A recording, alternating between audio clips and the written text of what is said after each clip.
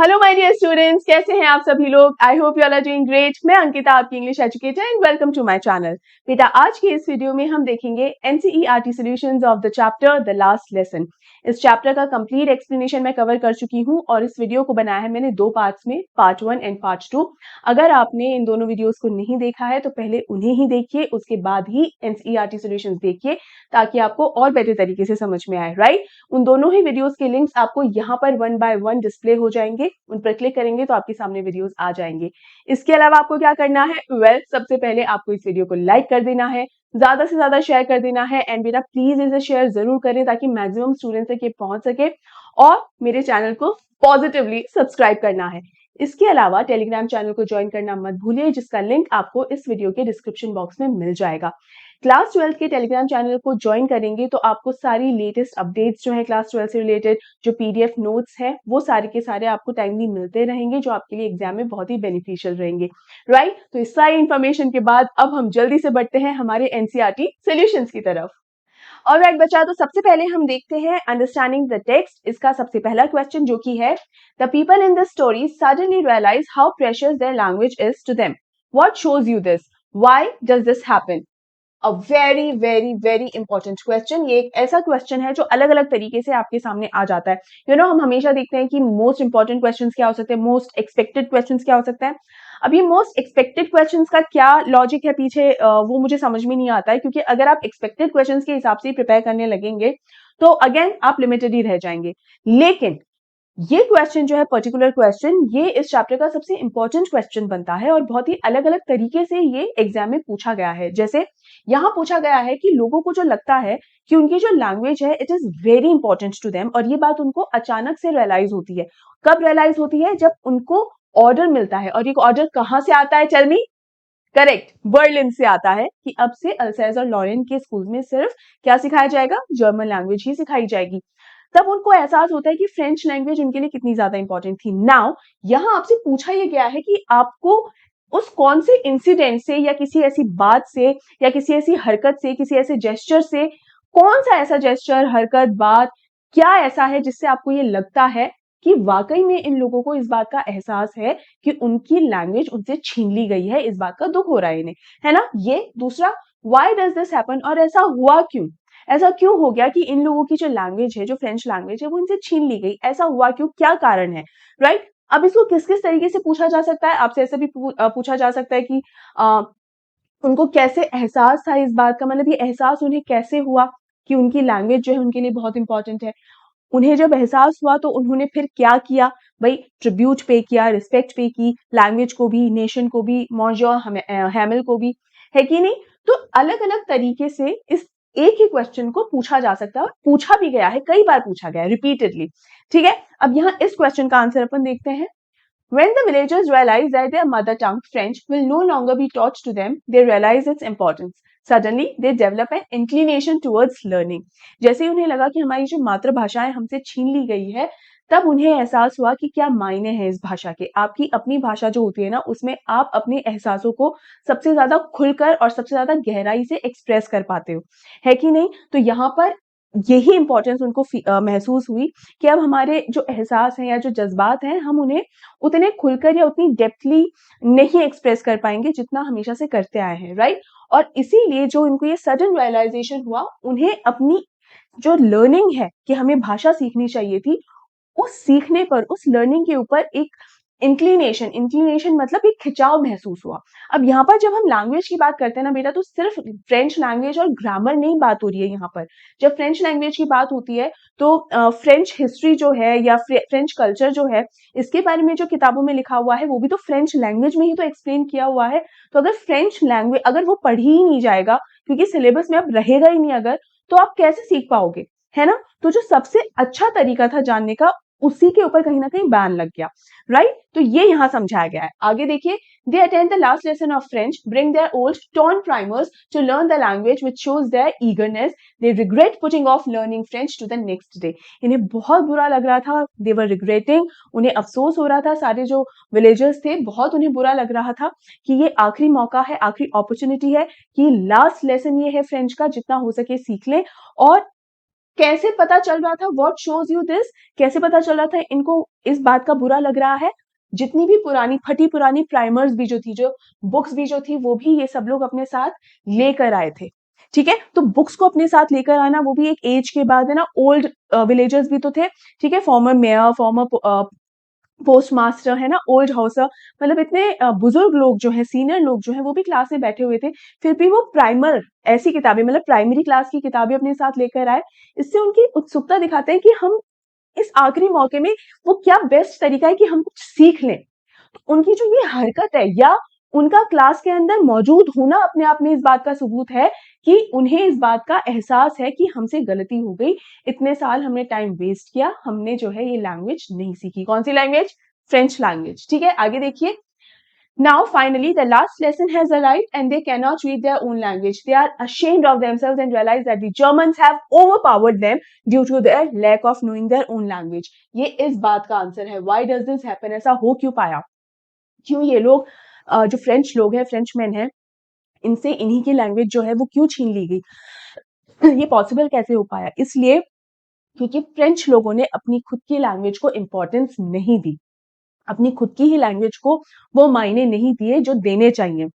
और इसलिए इस चैप्टर के अंदर लिखा हुआ भी है कि मॉन्जो हैमेल सिखाते हुए, समझा बच्चों को जब समझा रहे थे, तो कहते हैं कि जो जर्मन्स है ना, वो यही सोचते हैं कि तुम अपने आप को फ्रेंचमैन कहते हो, तुम अपनी खुद की लैंग्वेज को ना पढ़ सकते हो ना लिख सकते हो, बोलना ही तो आ रहा है बस, ना पढ़ना आ रहा है ना लिखना आ रहा है, तुम अपने आप को फ्रेंचमैन कह रहे हो।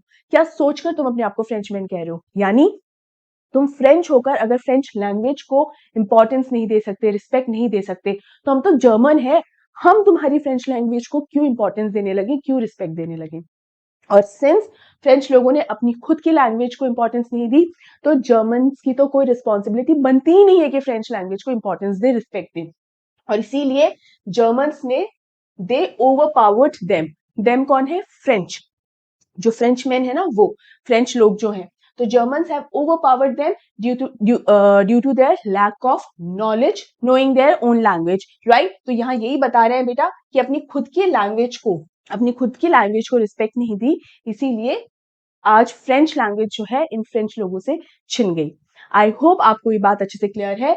एक ही क्वेश्चन में 2 क्वेश्चन पूछ लिए गए हैं, और वो भी वैरायटी से पूछे जा सकते हैं आपसे, और पूछे भी गए हैं प्रीवियस ईयर क्वेश्चन पेपर्स में। तो एक बहुत इंपॉर्टेंट क्वेश्चन है, राइट। चलिए आगे बढ़ते हैं, नेक्स्ट क्वेश्चन पर बढ़ते हैं। France thinks, will they make them sing in German, even the pigeons? What could this mean? Again, a very important question. ये मैंने आपको चैप्टर एक्सप्लेन करते दौरान भी बताया था कि ये क्वेश्चन आपके एनसीईआरटी सॉल्यूशंस में भी पूछा गया है।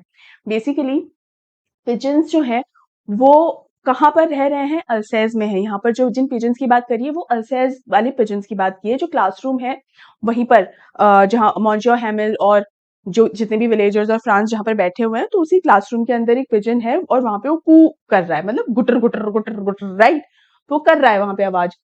तो उसकी आवाज सुन के फ्रांस ये बोलता है कि, ये बोलता मतलब सोचता है एक्चुअली, कि हम लोगों पर तो इन्होंने अपनी खुद की लैंग्वेज थोप दी है, थोप दी मतलब इम्पोज कर दी है, कि हमारे ऊपर, हमें तो मजबूर कर दिया कि हमें तो जर्मन ही अब सीखनी पड़नी पड़ेगी, और शायद वही बोलनी पड़ेगी अब, है ना, और कोई ऑप्शन नहीं है। लेकिन ये पिजन जो है, इनसे भी अब क्या जर्मन में ही ये गुटर गुटर गुटर गुटर करवाएंगे? ये कैसे पॉसिबल हो पाएगा? ये क्यों सोचता है? मतलब व्हाट कुड दिस मीन? इसका मीनिंग क्या है? तो देखो मीनिंग सीखते हैं। France is disheartened when he comes to know that he can no longer learn his language French. The district has been captured by Germany and now German will be taught to them. France feels that mother tongue comes to a person naturally. He is born with it and no one can snatch it away. Beautifully written sentence. क्या है कि आपकी अपनी जो language होती है ना, जो मदर टंग होती है, वो लैंग्वेज जिसे बोलते हुए बचपन से आप बड़े होते हो, है ना, हमेशा जिस लैंग्वेज को बोलते हुए सुनते हुए आप बड़े होते हो ना, वो लैंग्वेज में ही आप सोचते हो, वो लैंग्वेज में ही आपके इमोशंस बनते हैं आपके दिमाग में, है ना। तो वो लैंग्वेज नेचुरली आपके अंदर एग्जिस्ट करती है ना। तो that's why mother tongue comes naturally to a person, है ना, अपने आप ही बहुत ही नेचुरल, बहुत ही ऑर्गेनिक तरीका होता है आपकी मदर टंग का, राइट। लेकिन वही लैंग्वेज आपसे छीन ली गई। क्यों छीन ली गई? क्योंकि जर्मनी ने फ्रांस के ऊपर इन्वेजन कर लिया है, और अब जर्मनी का कब्जा है कहां पर? फ्रांस के ऊपर, ठीक है। अब यहाँ just like the pigeons make the coo sound irrespective of the country from which they are, similarly human beings also communicate in their mother tongue. As the Germans are trying to impose their language on the French, so similarly France feels that they will teach the pigeons also to coo in German language. कि भाई हमें तो अब French की जगह अब आप German भाषा बुलवाओगे, ठीक है। अब जैसे इंसानों की बात करने का तरीका है, जैसे मैं आपसे अभी बात कर रही हूँ, उसी तरीके से जो एनिमल्स हैं या इवन इंसेक्ट्स हैं, ठीक है, बर्ड्स हैं, उनकी भी अपनी एक लैंग्वेज होती है। ऐसा थोड़ी है कि वो आपस में बात नहीं करते, करते ही है ना। अगर आपने देखा बर्ड्स हैं आपस में बैठी तो ची ची ची ची ची ची करती रहेंगी, लेकिन उनकी भी आपस में अपने इशारे होते हैं। पेट्स हैं, स्पेशली जैसे डॉग्स हैं, ठीक है, तो वो भी आप भौं भौं करके व्हेन दे बार्क, तो उनका भी अपना एक तरीका होता है, तो दे अंडरस्टूड, तो उनकी भी अपनी एक लैंग्वेज ही होती है, ठीक है। तो वो उनकी नेचुरल लैंग्वेज होती है, ठीक है। It is the language that comes to them naturally, right. तो हम फ्रेंच मेन जो हैं, हम फ्रेंच लोगों के, इंसानों के ऊपर तो जर्मन्स ने अपनी जर्मन भाषा इम्पोज कर दी है, यानी थोप दी है। तो ये जो पिजन है, पिजन की भी तो नेचुरल या पिजन की भी तो मदर टंग कू कू यही होगी। तो पिजन की भी ये कू कू, ये जो नेचुरल लैंग्वेज है, उसको मदर टंग जो है, सॉरी, उसे चेंज करके अब क्या वो जर्मन लैंग्वेज करेंगे क्या? ऐसा कुछ करेंगे क्या? ये कहीं ना कहीं इसका जो इरिटेशन है फ्रांस का, वो भी है कि क्या अब हमारी तो लैंग्वेज पर पाबंदी लगा दी, क्या इनकी भी पाबंदी लगाएंगे? क्या इनकी भी जो मदर टंग है बंद करवाएंगे क्या, इन कबूतरों की भी? हाँ, ये बेसिकली यहाँ पर एटीट्यूड है, क्योंकि उसको थोड़ी चिड़ भी मच रही है, गुस्सा भी आ रहा है कि यार हमारी लैंग्वेज के ऊपर पाबंदी लगा दी, हद हो गई है ना। He has given this example to highlight his point that language is a natural mode of communication and it cannot be imposed. तो इसका बेसिकली यहाँ पर एक पॉइंट प्रूव करने की कोशिश कर रहा है फ्रांस, क्या कि आपकी जो अपनी भाषा होती है ना, या तो मदर टंग होती है या फिर वो भाषा जो बोलकर आप बड़े हुए हो, ठीक है, हमेशा ही जिसको बोलकर आप बड़े हुए हो, वो लैंग्वेज तो नेचुरल मोड ऑफ कम्युनिकेशन होता है आपका, ठीक है, नेचुरली वही भाषा आपके मुंह से निकलती है। लेकिन वहीं अगर हम किसी भाषा को आपके ऊपर थोप दें, इम्पोज कर दें, है ना, जबरदस्ती आपको उसी भाषा में बात करवाएं, तो वो आपका नेचुरल मोड ऑफ कम्युनिकेशन नहीं होता, नेचुरली वो भाषा आपके मुंह से नहीं निकलती है, ठीक है ना। तो ये बात प्रूव करने के लिए ही ये वाला सेंटेंस जो है फ्रांस ने सोचा कि पिजन्स जो है वो नेचुरली किस तरीके से बोलेंगे, कू कू, मतलब गुटर गुटर गुटर गुटर ही करेंगे। वो थोड़ी जर्मन में कोई भाषा, उस भाषा के अंदर थोड़ी बात करने लग जाएंगे अब, क्योंकि अब ये रूल अप्लाई हुआ है। इससे एक और थीम भी निकल कर आती है, जो मैंने while explanation of the chapter आपको समझाई थी, और वो है थीम ऑफ नेचर, के इंसान पे, टेरिटरीज पे तो कब्जा किया जा सकता है, उन्हें अपने कंट्रोल के अंदर लिया जा सकता है, लेकिन नेचर को कंट्रोल में नहीं लाया जा सकता, राइट। आई होप बेटा अच्छे से आपको समझ में आ गया होगा। अगर कहीं पर डाउट है, कुछ भी समझ में नहीं आ रहा है, या आपका अपना कोई ओपिनियन है, आप कोई और पॉइंट ऐड करना चाहते हो, यू आर मोस्ट वेलकम, आप जरूर बताइएगा, ठीक है। चलो अगला क्वेश्चन जो कि है टॉकिंग अबाउट द टेक्स्ट। पहला क्वेश्चन है, when a people are enslaved as long as they hold fast to their language, it is as if they had the key to their prison. Can you think of examples in history where a conquered people had their language taken away from them or had a language imposed on them? अब मुझसे एक बार इस sentence को लेकर एक बच्चे ने question पूछा था, ऑल्दो मैंने उसको ऑलरेडी आंसर कर दिया है, लेकिन सिंस आप लोग पहली बार पढ़ रहे हो इसे मुझसे, तो ये क्वेश्चन ये था कि मैम व्हेन अ पीपल क्यों लिखा है? पीपल कोई एक जना थोड़ी होता है, बहुत सारे लोग होते हैं, तो अ क्यों आया? द लिख सकते थे, when the people are enslaved, right. तो बेटा द पीपल तो इसलिए नहीं लिखा है क्योंकि किसी पर्टिकुलर ग्रुप ऑफ पीपल की बात नहीं हो रही, कोई भी लोग हो सकते हैं ये, ठीक है, कि दुनिया के किसी भी कोने में कोई भी लोग हो, अगर आप उन्हें अपना स्लेव बना लेंगे तो, या वो अगर स्लेव बन जाएंगे तो, ऐसा थोड़ी कि किसी पर्टिकुलर शहर के या देश के लोग ही बस स्लेव बनेंगे, ऐसा नहीं है। तो यहाँ पर किसी स्पेसिफिक इंसान को या लोगों को मेंशन नहीं किया गया है, ठीक है, इसीलिए द नहीं आ सकता, पहली चीज। दूसरी चीज, जब हम अ लगा रहे हैं, इट मीन्स जो पीपल यहाँ पर बात हो रही है, तो मतलब एक कलेक्टिव नाउन की तरह पीपल यूज कर रहे हैं, जहां पर ग्रुप ऑफ पीपल या क्राउड जिसको कहते हैं हम, उसे इस्तेमाल किया गया है, ठीक है। तो ये ग्रामेटिकल कंफ्यूजन कई बच्चों को हो जाता है, तो वो मैं यहाँ पर आपको क्लियर कर देती हूँ कि वाई व्हेन अ पीपल है, ठीक है, अंडरस्टूड। अब यहाँ पर है कि when a people are enslaved, कि भाई लोगों को अगर स्लेव्स बना लिया जाए, तो जब तक वो अपनी लैंग्वेज से कनेक्टेड रहते हैं, वो स्लेव नहीं बनते हैं। मतलब अगर लोगों के ऊपर, किसी जगह के ऊपर अगर कब्जा कर लिया गया है, जैसे जर्मनी ने जो है अल्सेज और लॉरेन के ऊपर इन्वेजन कर लिया था, लेकिन अगर लोग अपनी लैंग्वेज को पकड़ कर रखते हैं, अगर लैंग्वेज के साथ कॉम्प्रोमाइज नहीं करते हैं, अगर लैंग्वेज को समझते हैं, तो वो सबसे बड़ा तरीका और सब, इट इज अ की, ठीक है, that language becomes the key to any prison, ठीक है। They had the key to their prison, मतलब वो कैदी नहीं बन सकते, वो स्लेव्स नहीं बन सकते हैं किसी के भी। ऐसा कैसे? Can you think of examples in history where a conquered people had their language taken away from them और had a language imposed on them. अब देखिए बहुत सारे कंट्रीज ऐसे हैं जो कॉलोनाइज्ड रहे हैं, जिन पर रूल रहा है, दूसरी टेरिटरीज का रूल रहा है, ठीक है। सबसे पहला तरीका ये होता है, kill the language the culture will die.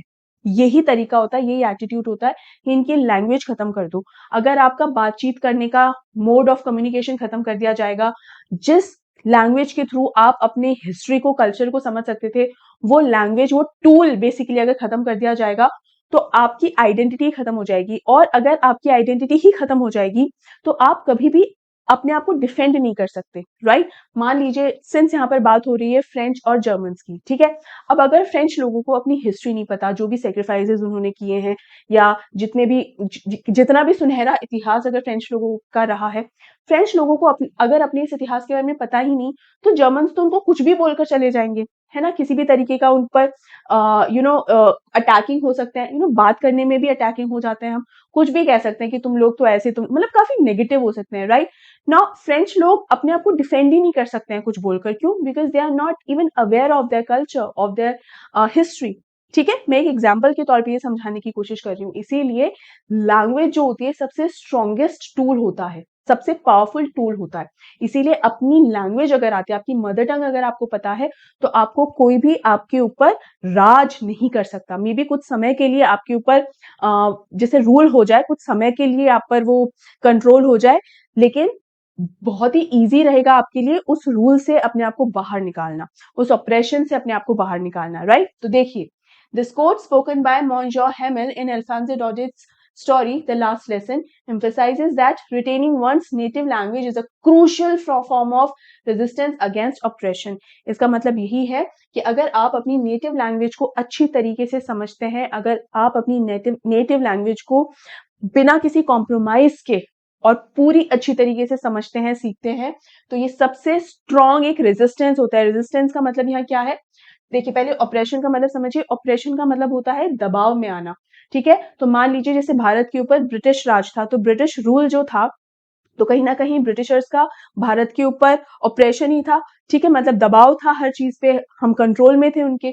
तो ये ऑपरेशन जो है वो, चलो हमारे देश पे, हमारी टेरिटरी पे उन्होंने कब्जा कर रखा था, लेकिन अगर हमारी लैंग्वेज हमारे पास रहेगी, तो एटलीस्ट हमारी जो सोच है, हमारे ख्यालात जो है, वो उनके काबू में नहीं जाएंगे, है ना। लेकिन अगर वो हमारी सोच और सोच पर अगर कब्जा करना चाहते हैं, सोच को अगर कंट्रोल में लेना चाहते हैं, तो सबसे पहले वो हमारी लैंग्वेज को खत्म करेंगे, राइट। और ये करने की उन्होंने कोशिश भी की, ठीक है, और काफी हद तक सफल भी रहे हैं, है ना।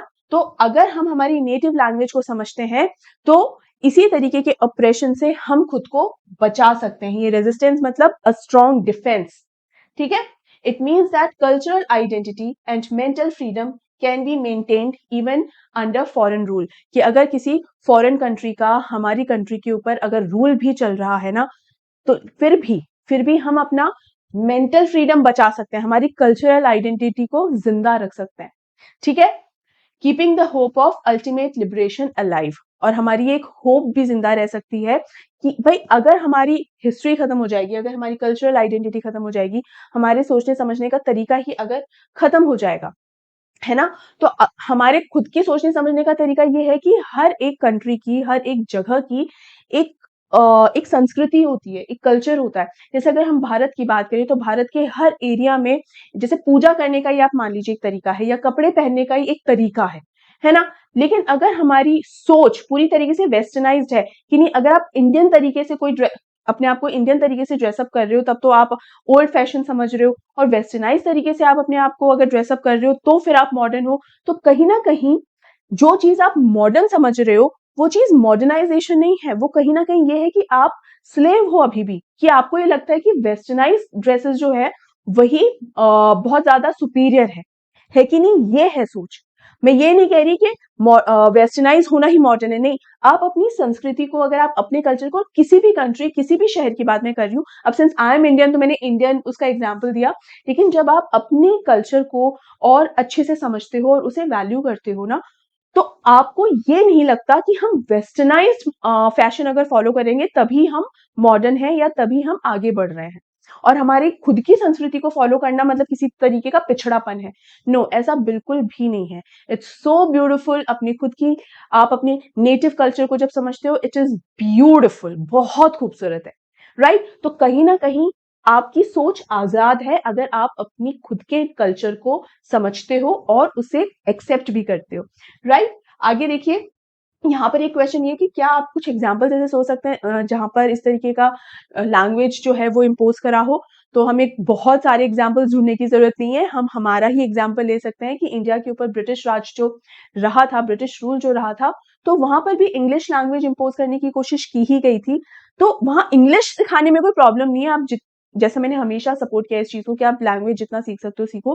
द प्रॉब्लम वॉज कि कुछ नेटिव लैंग्वेजेस जो हैं उसमें खत्म हो गई, बहुत सारी रीजनल लैंग्वेजेस हैं वो भी उसमें खत्म हो गई, ठीक है? क्योंकि लोगों ने बहुत हद तक ये सोचा कि हम ये लैंग्वेज सीखेंगे, इंग्लिश लैंग्वेज अगर हमने सीख ली तो हम इंटेलिजेंट हो गए, राइट? तो इस चक्कर में उनकी रीजनल लैंग्वेज भी कईयों की खत्म हो गई या उतनी अच्छे से नहीं रही, राइट? तो ये एक इसका एग्जाम्पल हो सकता है। इसके अलावा और कौन कौन से एग्जाम्पल्स आपके पास है? अगर हो तो आप जरूर कमेंट करके मुझे बताइएगा, ठीक है? चलिए, नेक्स्ट क्वेश्चन है, what happens to a linguistic minority in a state? How do you think they can keep their language alive? For example, Punjabis in Bangalore, Tamilians in Mumbai, Kannadigas in Delhi and Gujaratis in Kolkata. तो यहाँ देखो basically पूछा गया है कि जैसे मैं last वाले एग्जांपल एक बार लेती हूँ कि कोई गुजराती व्यक्ति अगर कोलकाता में है, यानी कोलकाता में मतलब बंगाली भाषा, तो गुजराती व्यक्ति अपनी गुजराती भाषा को जिंदा रखने के लिए क्या क्या कर सकता है, ठीक है? How do you think they can keep their language alive, मतलब ये अपनी भाषा को जिंदा रखने के लिए क्या क्या कर सकता है? तो एक तो ये है कि जहां पर भी वो रह रहा है आसपास में, या जैसे स्कूल में अगर जा रहे हैं बच्चे, कॉलेज में अगर जा रहे हैं, ठीक है, या ऑफिस में काम कर रहे हैं, तो इन जगहों पे आप अपने ही लोग देखें, अपने लोग मतलब अपने शहर के लोग देखें या अपनी स्टेट के लोग देखें जिन्हें गुजराती आती है। जब आपको अपनी कम्युनिटी के लोग मिल जाते हैं, उनका एक फ्रेंड सर्कल जब हो जाता है, तो आप अपनी ही लैंग्वेज में फिर बात करते हो, है ना? कि दो गुजराती गुजराती में ही बात कर रहे हैं, तो एक तो उससे आपकी वो लैंग्वेज जो है हमेशा बनी रहती है। दूसरा, जो आप सोशल मीडिया पे अवेलेबल रहते हो, तो वो अपनी ही लैंग्वेज में आप उसे देखें, और अब तो ऑप्शन भी है ये, है ना? पहले बहुत ही लिमिटेड लैंग्वेजेस में ही अवेलेबल रहता था, अब तो ऑलमोस्ट सभी लैंग्वेज में अवेलेबल है। जो क्रिकेट कमेंट्रीज भी होती है वो भी रीजनल लैंग्वेज में है और बहुत ही बढ़िया होती है ना? तो आप अपनी रीजनल लैंग्वेज में सुने, घर पे आप अपनी ही लैंग्वेज में बात करें कि भाई आप गुजराती गुजराती में ही बात करें, अगर आप पंजाबी हैं तो पंजाबी में ही बात करें। तो ये वो तरीके हैं जिससे आप अपनी लैंग्वेज को जिंदा रख सकते हैं, ठीक है? What happens to a linguistic minority in a state? Linguistic minorities का स्टेट में होता क्या है? जैसे गुजराती अगर बंगाल में है, तो गुजराती तो माइनॉरिटी हो गए, तो कहीं ना कहीं वो आउट ऑफ द प्लेस भी फील करते हैं कई बार। तो उसका एक सबसे अच्छा तरीका ये होता है कि आप फेस्टिवल्स, जैसे गुजराती फेस्टिवल्स ही हैं, वो सेलिब्रेट करें, जिससे आप आउट ऑफ द प्लेस या लोनली फील ना करें, है ना? वहां पर एलियन ना फील करें कि देख हमारे यहाँ कोई है ही नहीं, ठीक है? और एक तरीका ये हो सकता है कि आप जो बंगाली फेस्टिवल्स है उसमें भी इक्वली पार्टिसिपेट करें, है ना? उसमें पार्टिसिपेट करने से ये होता है कि आपको एक नया कल्चर सीखने को मिलता है, नई लैंग्वेज भी सीखने को मिलती है। तो this is a very good way, ठीक है, टू गेट एमलगमेटेड, है ना? ये बहुत अच्छा तरीका एक है। और मैंने सुना है कि बंगाली दुर्गा पूजा जो होती है बहुत खूबसूरत होती है। मैंने दुर्गा पूजा बहुत बार देखी, लेकिन बंगाल में जाके कभी नहीं देखी है। तो अभी मुझे बताना कि क्या आपने देखी है, क्योंकि मेरा तो बहुत मन है देखने का, एंड आई एम श्योर बहुत अच्छी होती होगी। तो आई जस्ट होप कि कभी मुझे भी मौका मिले वहां जाके दुर्गा पूजा देखने का। तो अगर ऐसा कोई भी गुजराती, तमिलियन या पंजाबी अगर है बंगाल में, तो बिल्कुल ये भी कर सकता है कि वहां पर रहने के लिए या सरवाइव करने के लिए वो जिस जगह पर है वहां के कल्चर को भी एक्सेप्ट कर सके, राइट? और अपनी खुद की लैंग्वेज जिंदा रखने के लिए क्या क्या कर सकता है वो हम डिस्कस कर ही चुके हैं, ठीक है? आगे बढ़ते हैं बेटा, and this is the last question. Is it possible to carry pride in one's language too far? Do you know what linguistic chauvinism is? बेटा ये जो क्वेश्चन है ना, वैल्यू बेस्ड क्वेश्चन है। यहाँ पर मीनिंग बेसिकली ये है कि आपको अपनी लैंग्वेज में जो एक गर्व आप महसूस करते हैं, क्या कई बार वो बहुत ही, डज इट गो टू फार, मतलब क्या कई बार बाउंड्री क्रॉस कर जाता है? तो हाँ, ये कई बार होता है। देखिए, भाषा पे गर्व करना बहुत अच्छी बात है, क्योंकि भाषा एकमात्र ऐसा तरीका होता है जिससे आप अपनी बात, अपने इमोशंस, अपने जज्बात जो है सामने वाले तक, या कभी आपको किसी भी तरीके से आपको जब एक्सप्रेस करना हो, आप उसे एक्सप्रेस कर सकते हैं, ठीक है? चाहे वो भाषा किसी भी रूप में हो, लिखित रूप में, कथित तौर पे या सांकेतिक तौर पे, है ना? साइन लैंग्वेज जिसको कहते हैं, किसी भी तरीके से हो। So language is a very important tool to communicate, है ना? Most important tool to communicate. Language नहीं है तो कुछ भी नहीं है, राइट? तो यहाँ पर बेसिकली ये है कि आपको अगर उस पर गर्व है, बहुत अच्छी बात है, लेकिन आप अगर उसमें घमंड महसूस करते हो, if you feel, if you are proud of it, it's fine, लेकिन अगर आप उसे बाकी लैंग्वेजेस से सुपीरियर समझने लग जाते हो और उसका आपके अंदर एक घमंड आ जाता है, that doesn't that doesn't look good, ठीक है? वो सही नहीं है। और यही चीज लिंग्विस्टिक शोविनिज्म कहलाती है, कि जहां पर आपको ये लगता है कि मेरी भाषा दूसरी किसी और भाषा से बेहतर है या ये ज्यादा महान है, इसे ही लिंग्विस्टिक शोविनिज्म कहा जाता है। अगर किसी इंसान को ये लगता है कि मेरी भाषा किसी भी और भाषा से बेहतर है या सुपीरियर है, तो उससे जो सबसे बड़ा प्रॉब्लम हो सकता है वो है डिस्क्रिमिनेशन का। डिस्क्रिमिनेशन, भेदभाव, ऊंच नीच का डिस्क्रिमिनेशन। हम सामने वाले को इंफीरियर समझते हैं और खुद को सुपीरियर समझने लग जाते हैं, राइट? तो इससे कभी भी एक हेल्दी माहौल, एक कंस्ट्रक्टिव माहौल नहीं हो सकता है सोसाइटी में। इसीलिए लैंग्वेज, लिंग्विस्टिक शोविनिज्म होने का मतलब है कि कहीं ना कहीं डिस्क्रिमिनेशन आ जाना, सुपीरियोरिटी और इंफीरियोरिटी वाला मामला उत्पन्न हो जाना, और उसके अलावा एक बहुत ही अनहेल्दी माहौल क्रिएट हो जाना, जो कि प्रेजुडिस्ड सुपीरियोरिटी के अंदर ही रिजल्ट देता है। प्रेजुडिस्ड सुपीरियोरिटी का मतलब ये है कि एक ऐसी सुपीरियोरिटी या एक खुद को दूसरों से बेहतर समझने का एक ऐसा विचार जो वाकई में एक सोसाइटी को कंस्ट्रक्टेड नहीं रहने देता, बल्कि डिस्ट्रक्टिव बना देता है, ठीक है? बहुत ही डिस्ट्रक्शन की ओर ले जाता है, ठीक है? तो कोई भी ऐसा विचार जो समाज को डिस्ट्रक्शन की ओर ले जाए, वो विचार सही नहीं हो सकता, राइट? तो बेटा इस क्वेश्चन के साथ हमारा ये वीडियो यहाँ पर कंप्लीट होता है, और इसी के साथ हमारा ये जो चैप्टर है द लास्ट लेसन पूरी तरीके से कंप्लीट होता है। आई होप ये पूरा का पूरा चैप्टर आपको अच्छी तरीके से समझ में आ गया होगा, एक्सप्लेनेशन भी, एनसीईआरटी सॉल्यूशंस भी। Still if you have any doubt, make sure you ask, comment करिए अपने डाउट्स, अपने ओपिनियंस भी आप मेरे को कमेंट कर सकते हैं।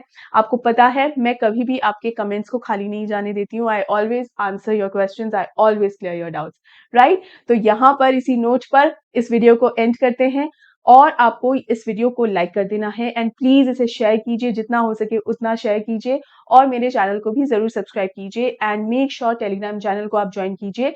उसकी लिंक आपको इस वीडियो के डिस्क्रिप्शन बॉक्स में मिल जाएगी। क्लास 12 के टेलीग्राम चैनल को ज्वाइन करते ही सारे आपको अपडेट्स, जितनी भी आपके पीडीएफ्स हैं, नोट्स हैं, सब आपको टाइमली मिल जाएंगे, right? So make sure you join Telegram channel. और राइट बच्चा, अब हम मिलते हैं बहुत ही जल्द अगले वीडियो में अगले चैप्टर के साथ। तब तक आपको क्या करना है? वेल, अपना ध्यान रखना है। Take care and good bye.